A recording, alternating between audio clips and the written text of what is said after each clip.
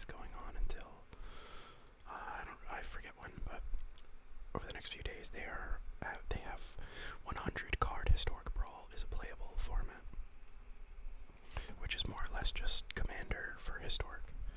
And I was super excited about it, and I still am. I'm still having a lot of fun, but I just kind of wanted to I wanted to show a few deck lists of things I've been working on, things I've been excited about, and then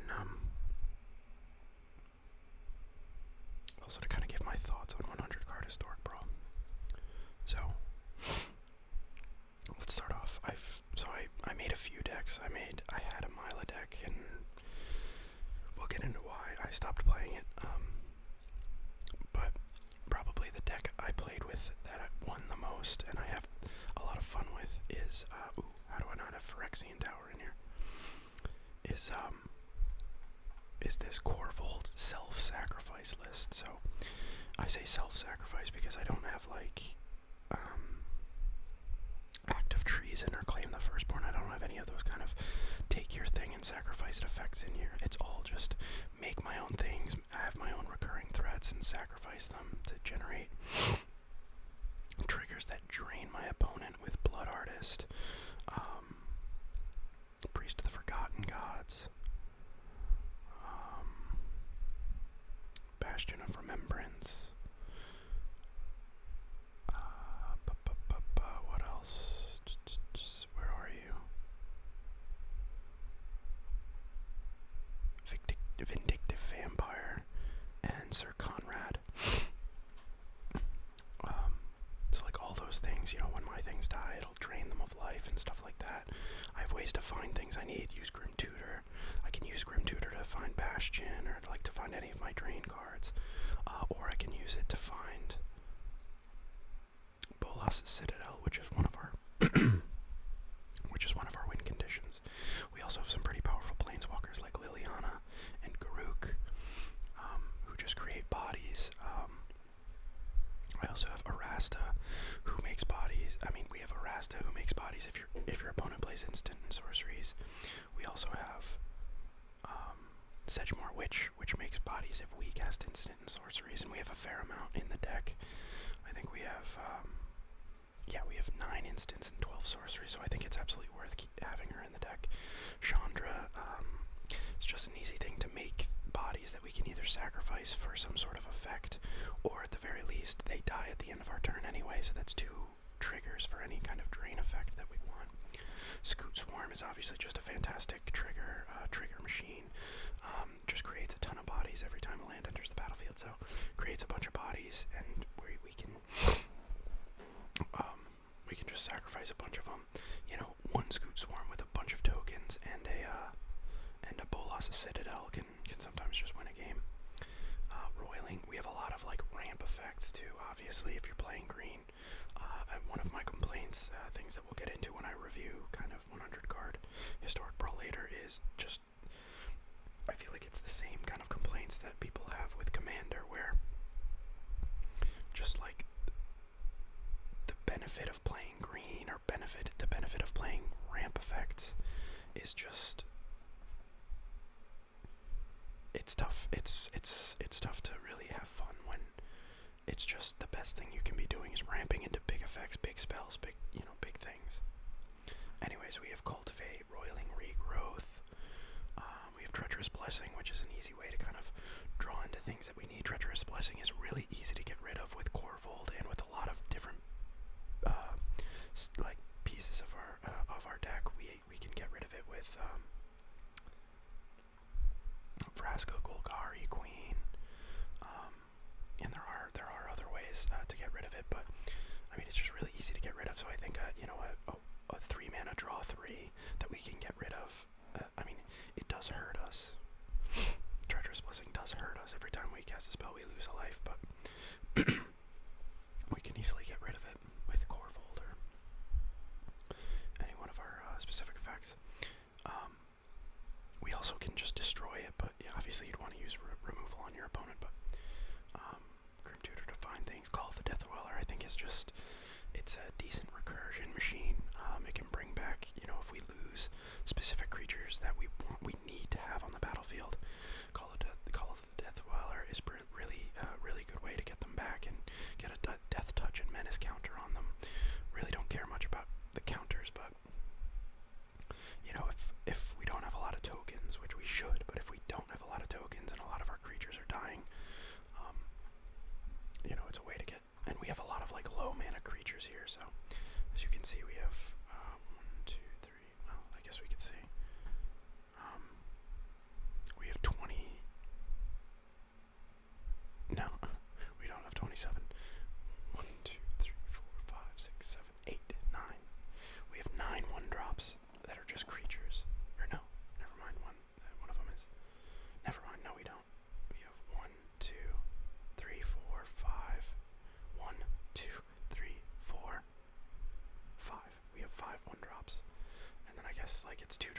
basically our, well, I guess you can see here, our curve is basically all in 3. We have a lot of 1 and 2, and then our like 4 and 5 and 6 are pretty slim, which is actually really nice. Like we have a lot of spells on turn 3, and we're usually double spelling by turn 4 or 5, and then we get onto like our big like game resolving ending spells up here by the end. So you know, things like Garuk's ultimate or Liliana just being on the battlefield, you know, these casualties of war, you know, these things can really turn the tide in a game. And you know, once we have enough of these things out there, you know, once we get these pieces settled in, we can really just kind of take over the game.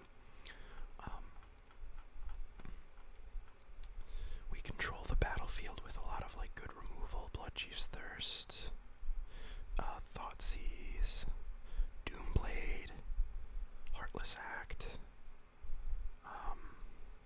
Scavenging Ooze is, like, I think Scavenging Ooze could be a better creature, but like, Scavenging Ooze is just great if your opponent has graveyard interaction. You can kind of disrupt that.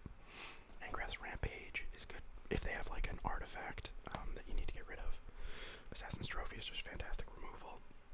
Find Finality is a great way to kind of control the board and reset things if you need to.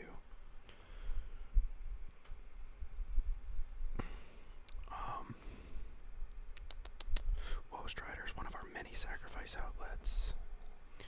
Ramonap Excavator can help us replay lands from our graveyard. There are instances where we're sacrificing lands and stuff quite a bit, so Ramonap Excavator can allow us to kind of play those lands from our graveyard. Reclamation Sage, also just a good card to get rid of an artifact or enchantment. Threshing Bronto, great artifact and enchantment removal. And it's a creature, so if it dies, we'll get some value. We'll get extra value off of it if we have one of our drain effects out there. You know, Judith, Mayhem Devil are just great for, you know, more when things get sacrificed or when things die. There's just great triggers and pings to reduce our opponent's life. Baked into a Pie, not the best removal, but, you know, I think worth having in the deck because it creates a food token. Baleful Mastery and Hagra Mauling, those are, I would say, better. Hagra's Mauling is a land when you need it to be baked into a pie, is just 4 mana removal, which isn't great. Hagra's Mauling can be 4 mana removal, which isn't great, but it's a land when you need it, which is a lot better. Baleful Mastery, I think, is pretty good. 4 mana, exile target creature, whatever. Vindictive Vampire is, we've already kind of gone over that. Immerstrom Predator is a sacrifice outlet, as well as just a very sticky threat that your opponent might have to deal with. So he doesn't, like, he meshes pretty well with the deck. He's not perfect, but I just really like having, because the rest of these creatures on their own aren't like fantastic, and we're probably not winning the game through attacking. Eventually our opponents will probably just have a board that, you know, these small creatures can't deal with. But Immerstrom Predator can help kind of stabilize the board and maybe get a threat out there that our opponents kind of can't really deal with or maybe attack through. So Binding of the Old Gods is just fantastic removal. Again, Vraska's a sacrifice outlet. Cavalier of Night, it's removal and a 4/5 body with lifelink. That's pretty good. Conrad, this is you know, one of our other drain triggers, and it's a 5/4 body for 5. Moldavine Reclamation helps us gain life and draw cards when our creatures die, which will be happening a lot. The Gitrog Monster, which it's one of my favorite cards. Really cool in this deck. 5 mana, 6/6 with Death Touch. At the beginning of your upkeep, sacrifice the Gitrog Monster unless you sacrifice a land. You may play an additional land on each of your turns. Whenever one or more lands are put into the graveyard from anywhere, draw a card. So he is a sacrifice trigger. Helps us draw when we sacrifice our lands. And, you know, again, if we have Ramonap Excavator, we can just replay those lands from the graveyard anyway. And with this guy out there, we can replay a land that we just, if we have Ramonap Excavator and get Rock Monster, we can sacrifice a land, replay it from the graveyard, and play a land from our hand. So, you know, and then if we're playing a ton of lands, that works amazingly well with Scoot Swarm. And then we have Bolas Citadel, again, just a great way to just get all of our cheap threats onto the battlefield, sacrifice a bunch of things, and kill our opponent. Liliana and Garuk, they're just 6 mana planeswalkers that create free bodies pretty much that we can either use to sacrifice, or we can use them later to stabilize the board with Liliana's ultimate or Garuk's ultimate. Casualties of War is just kind of a catch-all later in the game if you've used cheap removal to get rid of artifacts, creatures, enchantments, whatever, and they've reestablished them, or if there's a planeswalker out there, we can just kind of use this to kind of as a catch-all, just remove a bunch of stuff. We also have, there should be a Midnight Murderous Rider. It's one of our only other ways to get rid of a planeswalker. I thought we might have had, what is it, Soul Shatter, which also could have been good for, maybe not, maybe it got cut. And then we have Erebos' Intervention.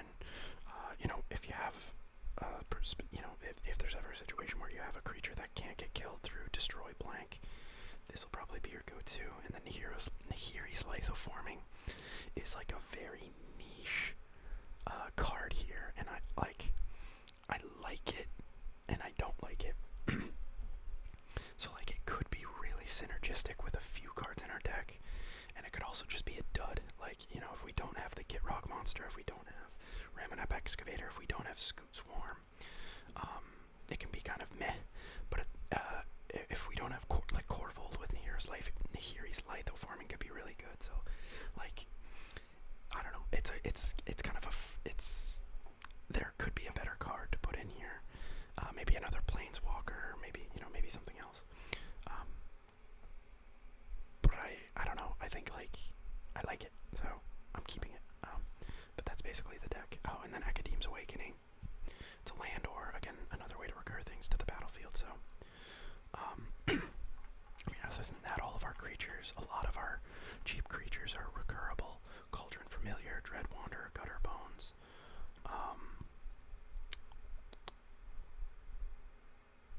Reassembling Skeleton, Skycleave Shade, all can be replayed from the graveyard in one way or another. I guess Plaguecrafter could also get rid of a Planeswalker. And then we have Reliquary Tower, Field of Ruin and Fabled Passage, and Evolving Wilds as some of our utility lands. Command Tower, it's basically a utility land.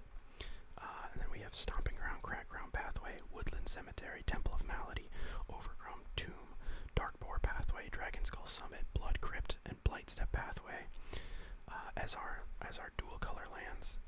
I guess Phyrexian Tower would be another utility land that I just realized I didn't have added. Neither here nor there. Anyway, and then we have 8 swamps, 5 mountains, 6 forests. I really love the deck.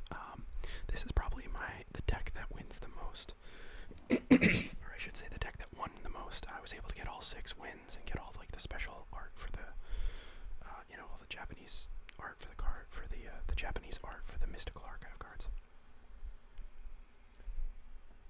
But this deck wins, and it's good. But again, I think it's because it ramps. It has a lot of ramp effects and stuff like that. Not as much as other decks that I've seen. But we have a lot of great ways to control the board, a lot of good removal and stuff like that. And we have ramp and all those. You need good removal. You need good ways to control the board. You need powerful creatures and effects and things like that in order to play 100 card historic Brawl.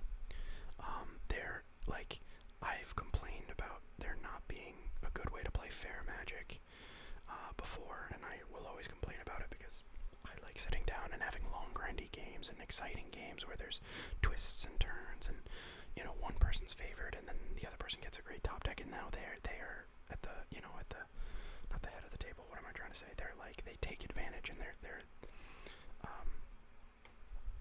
more favored to win. It looks like they're gonna win, and then stuff like that. I like twists and turns and long grindy games and stuff like that. Again, I totally respect how everybody has a different way to play Magic and things like that, but this deck is kind of mid-rangey and grindy and stuff, but it's very powerful mid-rangey and grindy, and if you can't keep up with it and answer all of its threats or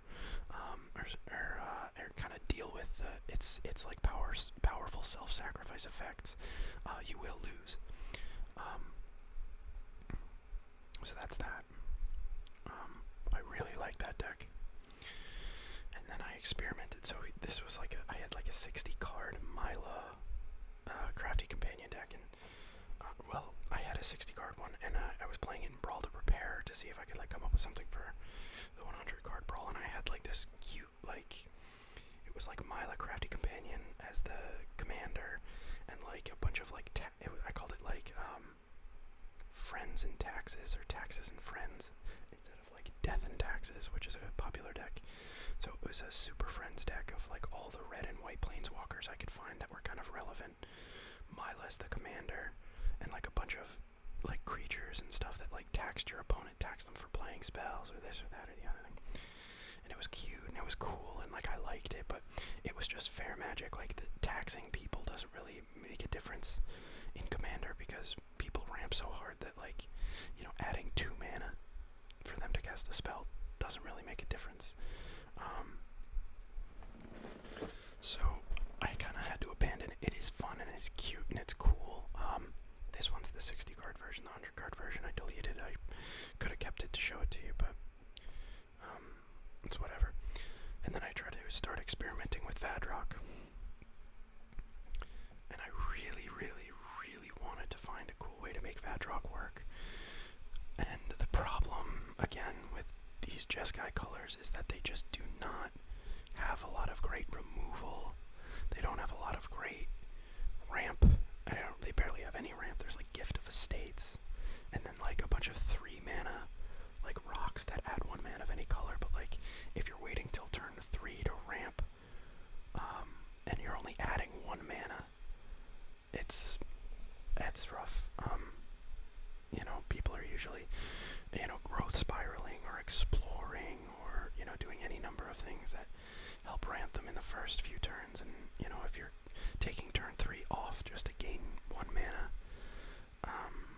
it's a tough place to be in. So I tried to make like this extremely fast Vadrok, like spell slinging type deck, and it's something, but it just wasn't like, I don't know. Actually, I should put Time Wipe in my other Vadrok deck. I don't know. It just didn't perform the way I needed it to. So then, like, the thing about Mutate is that Mutate is inherently just an awful mechanic, because one of the most basic concepts in Magic is you want to be able to diversify threats to give your opponent more things that they have to deal with, and Mutate literally consolidates all of your threats into one body, which allows your opponent, like all of your opponent's removal, then becomes a 2-for-1, a 3-for-1, a 4-for-1.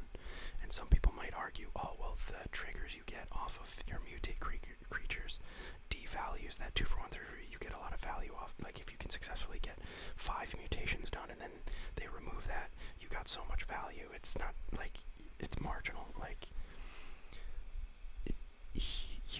you then start from scratch. Like, if they remove your mutator, if you have 5 mutations on a creature and they remove it, you have to start from scratch, and you have to build that value back up over several turns, and it's ridiculously counterintuitive. It doesn't make any sense. It's bad. So then you ask me, well then why make Vadrok a commander? If Mutate is bad, just abandon it and find a better commander. Fuck you, I want to try this. But there are ways that we can make this work, and there are ways we can not go infinite, but kind of chain together these huge combos. And what I found was with Rescue, Unsummon, basically what you do is you chain together a bunch of mutations, and hopefully you can get it on like an Adanto Vanguard as like your base or something like that. Something that is sticky, something that won't get killed. So you chain together a bunch of mutations onto something like an Adanto Vanguard or something like that. And then we also have a bunch of like looting effects. What is it? Do I not have Faithless Looting in here? I had it in my other one. So faithless looting, what do we get rid of, I guess?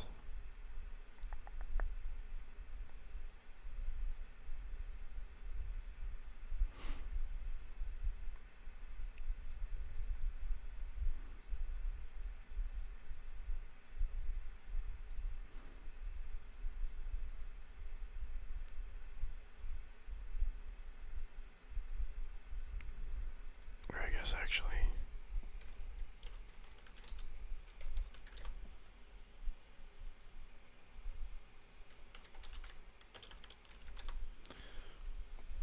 You may guess by discarding a card in addition to paying. Oh. I guess that actually works for us. Okay, so so we use things like unsubstantiate. We basically have a bunch of bounce effects that we can use on our own creature to essentially send all of the mutate cards back into our hand, or send Vadrok back to our hand, so that we can restart the chain over again. But you ask me, but then like, how do you, if you're just bouncing something back to your hand and then rebuilding from scratch, how is that different from your opponent removing something? Well, one, obviously the creatures don't go to the graveyard, so you have them in your hand to recast them. But the biggest thing that I've really been enjoying, and I don't think it's really playable in Historic Brawl, but possibly playable in like Commander, which I might build a Vadrok Commander deck now, is using things like quasi-duplicate. You can basically create a copy of your like ridiculously like weird mutate creature. Create a copy of it. Okay, so and this is kind of complex. So you make sure that Vadrok, you never put Vadrok on top of the mutations. You want Vadrok on the bottom of all mutations, because you don't want a legend rule. So you put Vadrok on the bottom of all mutations. Because Vadrok is on the bottom, the token that you create with quasi-duplicate, whatever you want to say, the token that you create with quasi-duplicate will then be a non-legend ruled token of the entire stack of what you made. Now, obviously, there are vulnerabilities, like, if your opponent has bounce effects, they just bounce the token to your hand, it just goes away, and it can just get removed or whatever. But anyway, so we create a token that is a stack of all those creatures, and then we can just mutate Vadrok onto that stack of creatures that already has the Vadrok triggers, the other triggers. So you can essentially, by creating a token of your stack of mutated creatures, you then don't need to restack up all those triggers, right? You don't need to restack up more mutations onto one creature. You have a full stack that you can re-trigger at any time because you created a duplicate of it. So, if you have a huge stack of creatures and you quasi-duplicate it, and then you bounce the original stack back to your hand, if you have enough mana, and there are ways in this deck of like generating ridiculous amounts of mana, like with treasure tokens or whatever, or anytime you cast an instant or sorcery, create a treasure token. I think that's Stormkill Artist, Goldspan Dragon. Every time it attacks or becomes the target of a spell, so when you're bouncing it back to your hand, it creates a treasure token.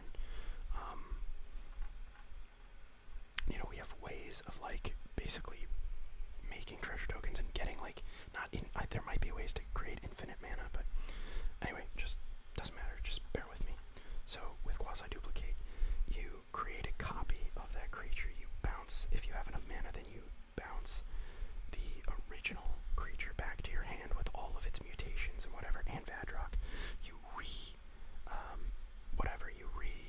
mutate Vadrok onto the stack of creatures. You can then trigger a bunch of like, because quasi-duplicate was cast and it's in the graveyard, you can then cast it again with Vadrok while it's in the graveyard, create another token, and then if you have enough mana, like if you're generating mana or whatever, you can bounce, well, I guess you wouldn't want to bounce Vadrok off the token.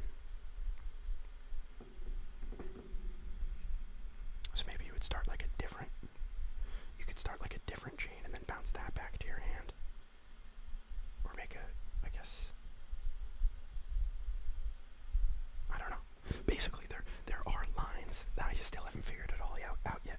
But there are lines that you can take that would like create a bunch of like tokens of these like ridiculously monstrous mutation creature thingies, and you could just like mutate Vadrok onto any of these, or you know, you can mutate anything on, you know, if you bounce the Vadrok back to your hand with all the other mutations that were on the original, you then have all these other mutations that you can do. So you can put like Dreamtail Heron on top of the Vadrok Sea-Daxter Octopus Porky Parrot, you know, and then you have like that as a token or whatever, and it's on that token now, or like whatever, you get what I mean. It's basically a way to buy back your mutations and also still have bodies on the field. It's mitigating the problem, one of the inherent problems with mutate. And there are ways, not like, I think you need more cards, really, that are outside of historic. Like you need more, there needs to be more like quasi-duplicate. There's like 3 other 3-mana created token that's a copy of target creature you control stuff. There are things out there that do it, that are 3 mana or less, but they're not in historic. They're from like way back. I guess I could do like, I could put like oh god, what's the 4-mana one?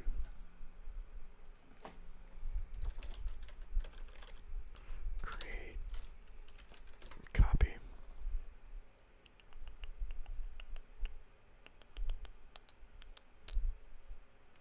What the hell? Where is it? Oh man, what's it called? The 4-mana, oh my god, I use that all the time in the like Garuda decks. And it like puts a +1/+1 counter on the copy, and it's also not legendary. If it would be legendary, it's not legendary. It's on the tip of my tongue. It's in blue.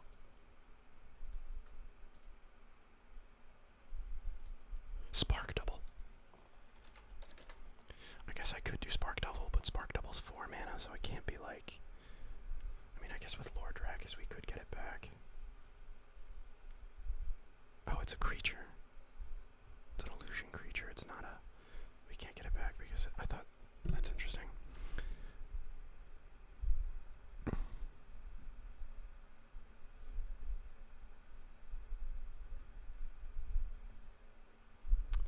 So like, we could do Spark Double, but it's just not 3 mana. It's not, yeah, less than 3.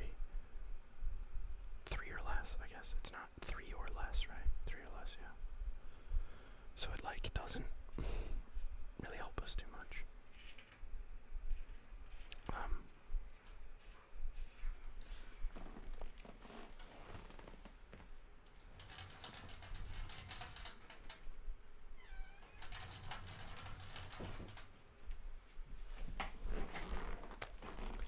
So it doesn't really help us too much. Sorry, I had to let Krieger inside. He was outside scratching at the door. But I don't know. I really like the idea. It's just, and like with solve the equation, we can find quasi-duplicate easily, which is good. And then we have a lot of like thrilling discovery. Like I said, thrilling discovery, thrill of possibility, and cathartic reunion. We have ways to kind of like loot, and faithless looting now because I remembered that that's a card. We have ways to like, you know, loot our way into getting into the graveyard and whatever. But again, because quasi-duplicate is like the only, that is what I want the deck to do. I want the deck to be create copies of these like big mutation chains or whatever. A lot of problems. Adanto Vanguard is like our only solid target that keeps our mutation stacks safe. I could add, you know, like I could add like God's Willing and like a bunch of creatures to like protect it, but like at what point am I just making a Voltron deck at that point? You know, like I don't want it to be Voltron. I want to create these like ridiculous copies of like my mutation stacks and like whatever. So it's like really difficult. Like you need to have more targets targets. I mean, I guess you could say, like, what's his face? Hollow Blade. Seasoned Hollow Blade. But, like, you have to discard a card and tap it to make it indestructible. So, like, if you attack with it, it can't, like, I think you can't protect it. Leonin Light Scribe could probably get cut. I could probably find a better card.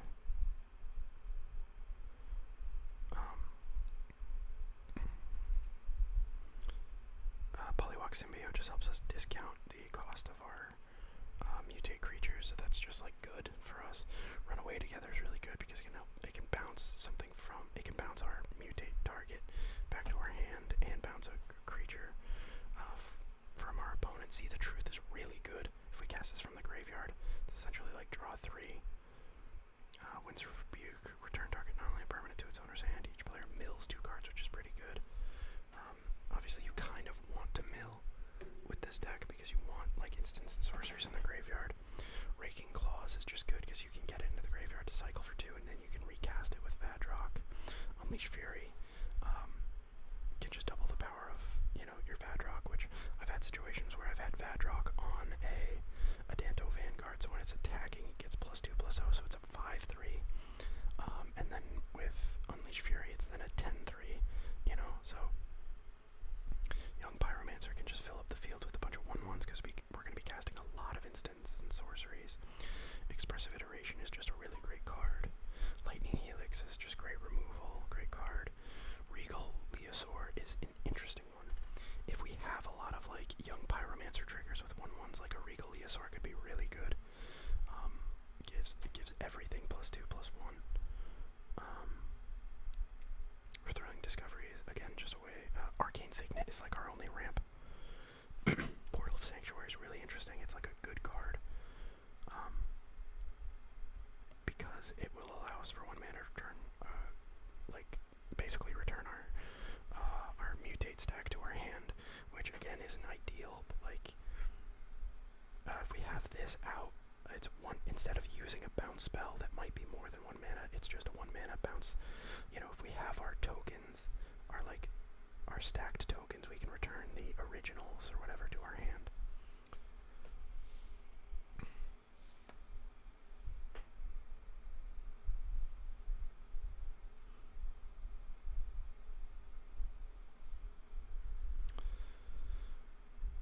We basically have almost all the creatures that you can have in Jeskai colors for mutate. We basically have all of them. Vega the Watcher is really good. When you cast your commander, you draw a card, and then when you get the free Vadrok trigger, Vega will then give you a card off because you're casting a card from your graveyard. Vega then, casting Vadrok and then getting the spell, the free spell from Vadrok with Vega on the field would give you 2 triggers. So draw 2 cards. Lord Drakus is just really good. Prismari Command is a great card to just re-trigger. You can get rid of artifacts, which is really good, and 2 damage to any target. It has a wheel effect and can create a treasure token, so that's just fantastic. So we do actually have ramp in this one. Chromatic Lantern and Skyclave Relic. I don't even know if they're worth it, to be honest. I feel like I could cut these from the deck and replace them with spells or something else, and it would be just as good. We don't have any counter spells. What I was thinking is like Leyline of Anticipation would be really good in this deck, and then it would allow all of our mutations to be able to be cast at instant speed. So if we had counter spells in our graveyard, we could then cast those with Vadrok, so like you could hold up a mutation as a counter spell basically, because if you had counter spells if you have any sort of 3 mana or less counter spell in your graveyard, when your opponent casts a spell and you need to counter it, you could trigger a mutation instead, which could be more expensive, but you get the free counter spell essentially, and you get a threat on the battlefield and any other trigger that might happen with it. So like, I don't know, Stormkill and Artist, obviously we're casting a lot of instants and sorcery, so he'll make us a lot of treasure tokens. Whirlwind of Thought draws us cards. Dreamtail Heron draws us cards through mutations. Bouncing Shore Shark controls the battlefield with mutations. Goldspan Dragon is just a great target for all of these mutations. He's the most expensive base that we would have. But like like if you can mutate onto a gold span dragon and then like bounce it back to your hand, create treasure tokens, like I don't know, he helps the snowball of creating treasure tokens, getting stuff for free. Smothering Tithe could maybe get cut, but like it helps us create those treasure tokens and stuff so that we can just get all the mana that we need to just like keep these chains going and stuff like that. Maybe cut Chromatic Lantern and put in Leyline of Anticipation, to be honest. I just don't think ramp it, like we can't, like we don't have space for ramp in the deck, and we just like, I don't know, like why would we? I mean, we're barely ramping as it is, so we have like no competition with our opponent. The only ramping we're doing is if we can create these treasure tokens quickly, which we really generally can't. You know, we need 4 mana to get Stormkill Artist, 5 mana for Goldspan Dragon and stuff like that. Like Prismari Command is the only way we're ramping quickly, and the only way we play Prismari Command is if we play it on turn 3 and then play it for free on turn 4 with a Vadrok trigger.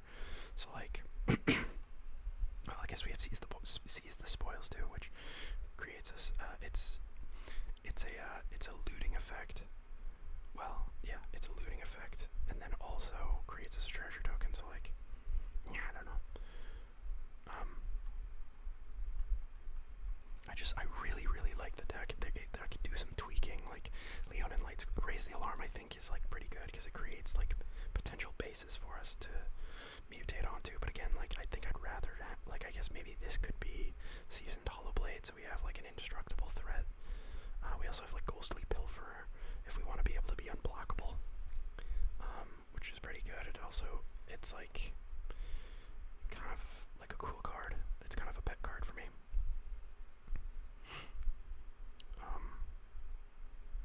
Into the Royal, another bounce effect. So I don't know, man.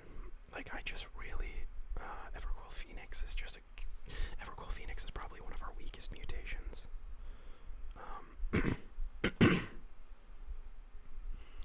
It's really only good.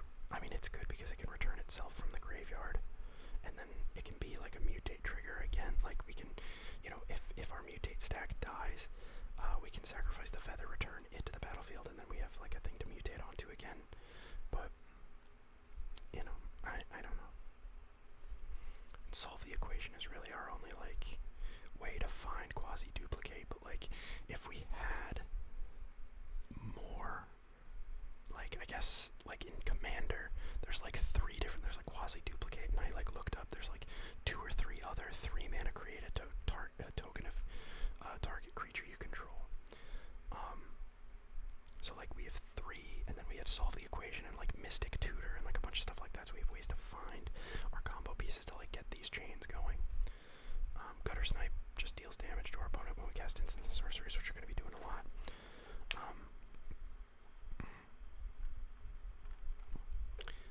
I don't know. I really like it, and it's like janky and weird and fun, and like I don't know. I want it to work, and I think I'm gonna make it in paper, but like I'm gonna have better stuff for paper. Another thing a lot of people kind of don't really think about is a lot of people when they think of mutate, they're like, oh, just mutate onto a hexproof creature, and that is cool, but eventually you'll run out of mutations, and like board wipes are so prevalent and so necessary in this format. Everybody has them in their deck, and if you're not running them, you really should be. So like, you know, as soon as a board wipe comes, your hexproof plan is just completely foiled. So like, as much as fun and as interesting as like mutating onto a hexproof creature is, I think it's more risky than what I'm doing, because I think bouncing things back to your hand to keep it safe, or like keeping things indestructible, is just better. Also, you can't re-trigger mutations. You can't target your own creature, which is really important if you have hexproof, because hexproof means that you can't target it yourself. Like your opponents can't target it, neither can you.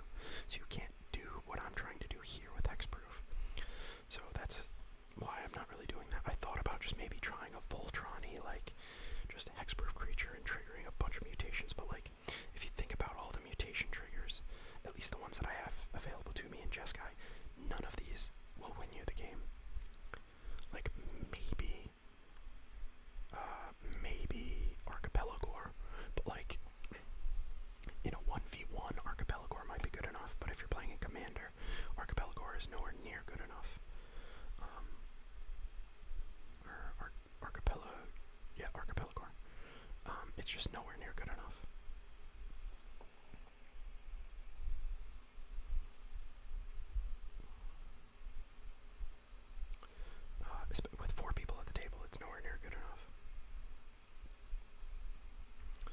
like at a commander table, this is going to be really hard to make work, but I'm going to try it.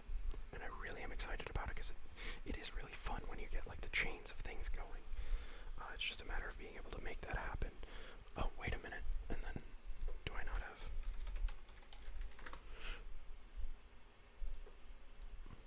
Dreadhorde Arcanist is like really good.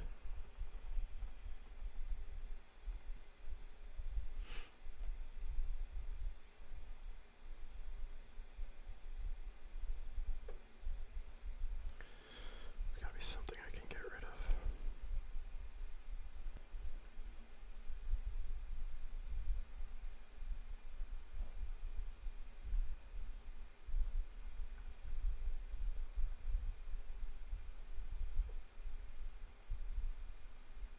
I guess Leonin Lightscribe. I guess Leonin Lightscribe is kind of like good though. Like if we have Leonin Lightscribe out there with a lot of Pyroman, well, I guess that's the thing, we're not trying to go wide. If we do though.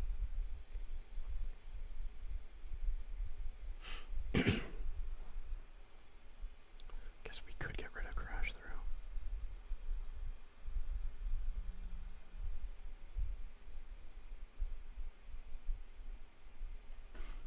Neheb could also be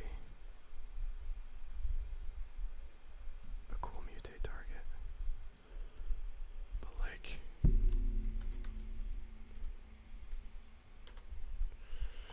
indestructible, like a bunch of the like I guess Seasoned Hollowblade.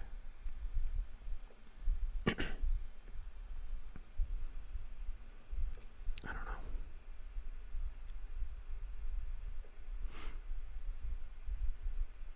Brash Taunters, we just need like cheap, indestructible things.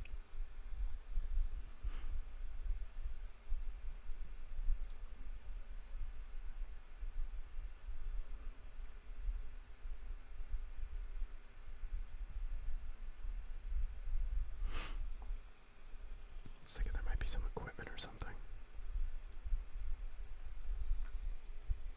I don't know. It's a cute idea, but we just need more. We need more support for creating tokens.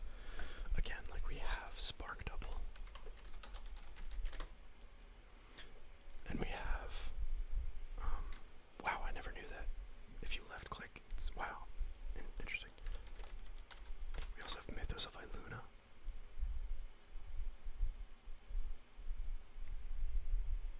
What? Do I not have?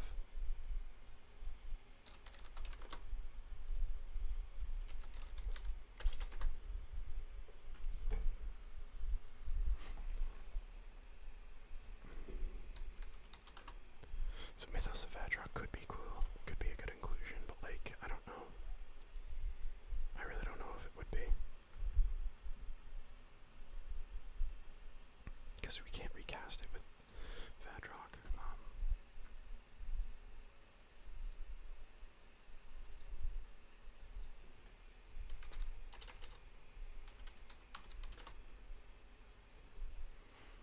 Where the hell is Mythos of Iluna?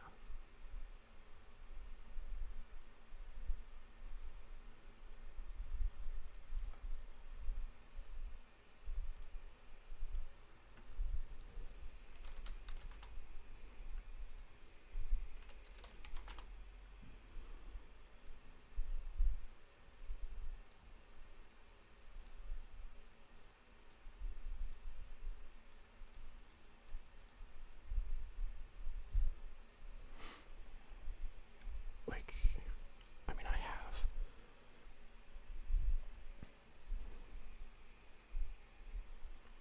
This is crazy. Where the hell is it?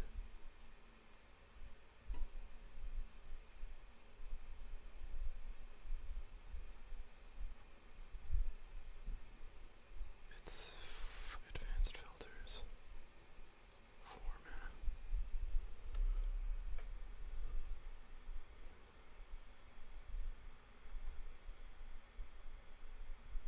Mythos of Iluna, where are you?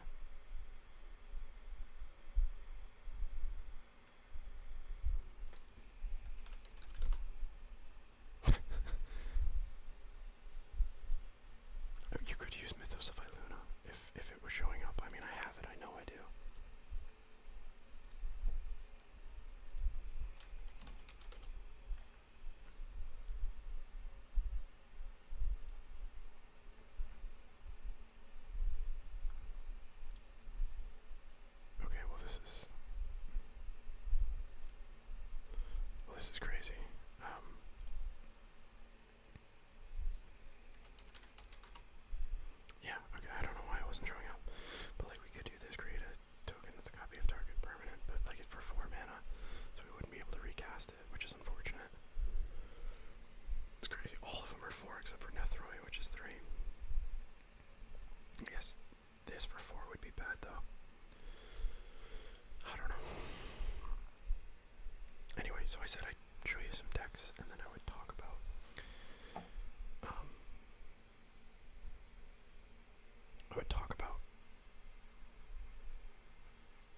historic 100 card Brawl. Kind of like not a review, but just my thoughts on the format. So the problem for me is that you just have all of these Golos decks and like, what's the other one? Prismatic Bridge.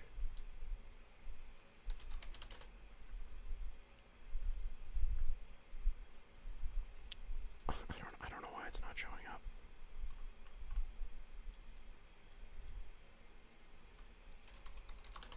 Because it's on the other side, yeah, the Prismatic Bridge.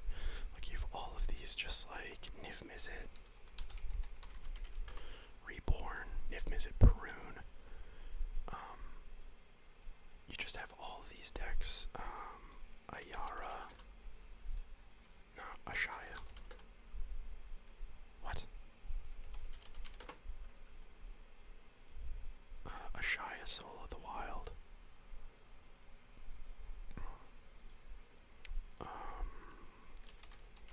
Vorinclex. Monstrous Raider. Voice of Hunger. You have all these, and basically it's just green. Oh, and then what's her name?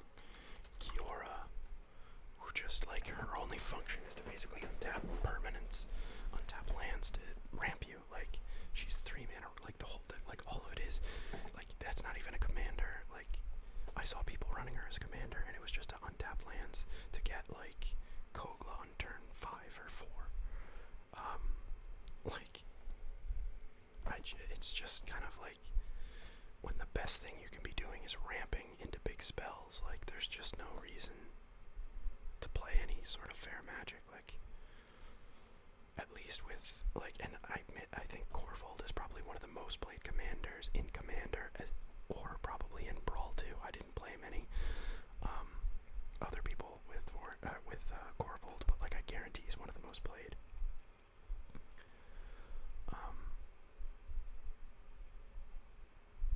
But Corvold I wouldn't say is as broken as like some of these like oh my god, Omnath. I ran into so many Omnath decks. Locus of Creation, which just like, what's the point, man? What's the point of trying to play my Vadrok, create a token of this, like this pile of mutate cards? Like, what's the point of trying to play this janky, weird, fun deck when your opponent's just gonna be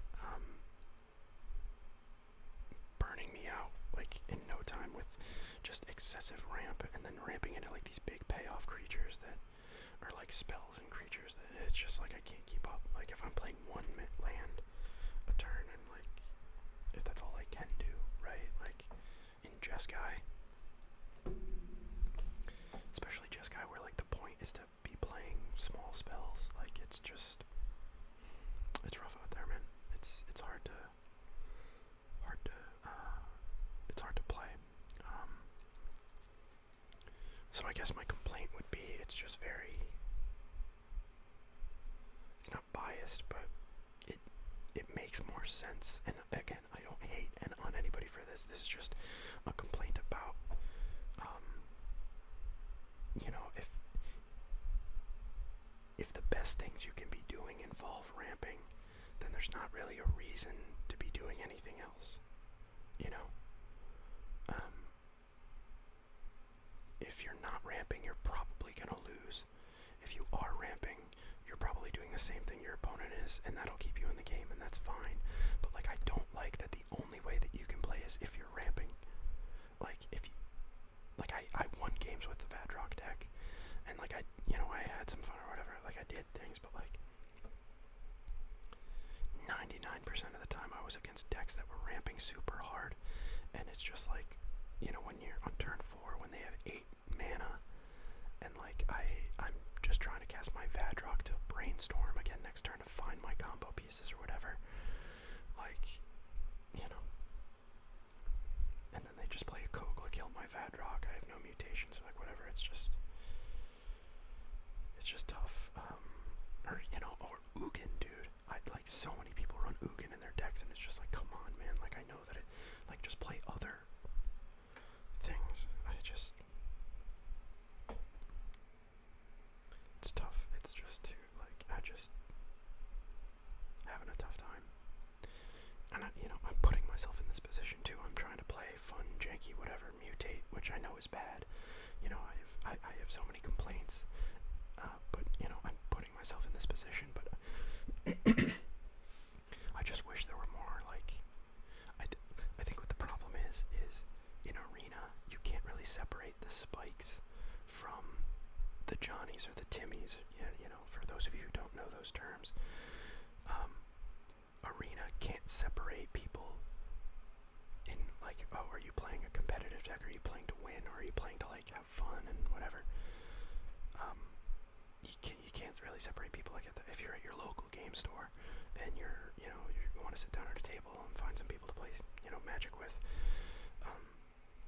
if somebody sits down and they're like, oh, my commander is Omnath, I'd be like, okay, I think we should find different opponents, and that would be that. You don't even have to sit down and start a game. The problem with Arena is you don't know who your opponent is till you click the button, and then when you find out, it's like, oh, well, it's fucking Omnath, so I concede. Like, I'm not playing this game. Or Uro, dude, because Uro is legal. He's just it. I swear to God, Uro was in almost every other deck I played. Uro was in it. Uro was in it, and like, people are growth spiral into fucking cultivator, like growth spiral into explore. It's just, and it's weird because like I just feel like green is so pushed, and like I don't know.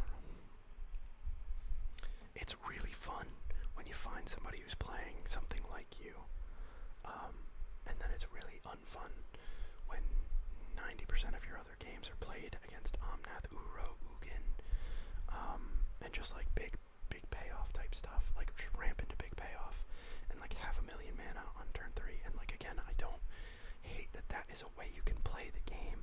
I just hate that that's the best thing you can be doing. And everyone's like, oh, if anybody has any argument with that, you're wrong, because that is literally what everybody is doing. Everybody is ramping like their balls off. Everybody. I found, again, when I said 90% of my other games, I'm not kidding you. I probably played like 100 games this weekend, and I want to say about 90, maybe 80, were all against people who were just hyper ramping into the big spells. And that's, and that's in Commander too, and I get that, but Commander has better ways to ramp and stuff like that. It's not as bad as it is in here, but even here, it's like pretty bad, man. So, yeah, that's my complaint. I really like the format. It's really fun. But like, you really gotta be playing something good. Or like, you gotta have some great game-breaking combo that can be arranged faster than people can ramp into their payoffs. So it's either the game is super short because you ramp into, the game is super short because you have a game-winning combo on turn 4 or 3, or the game is just, after turn 5 they have a million lands and they've ramped super hard and have like these massive payoff creatures or planeswalkers or whatever, and that's it. And then there's nothing that can be done.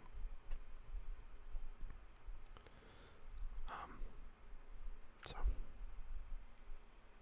those are my thoughts on 100 card historic Brawl.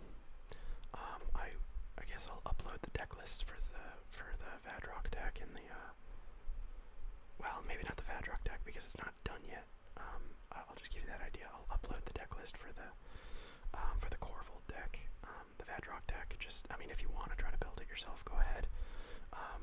Take some of inspiration from my video, but like, I'm still figuring it out, so like, you might want to do some experimenting yourself, so I won't put the deck list out there. Just, if you like the idea, take some of the ideas from me, but like, again, the creating a copy and all that is like, because quasi-duplicate is the only token creator, I just don't think it's viable in historic Brawl, so like maybe the other Vadrok deck I can upload and maybe you'd like that, I don't know.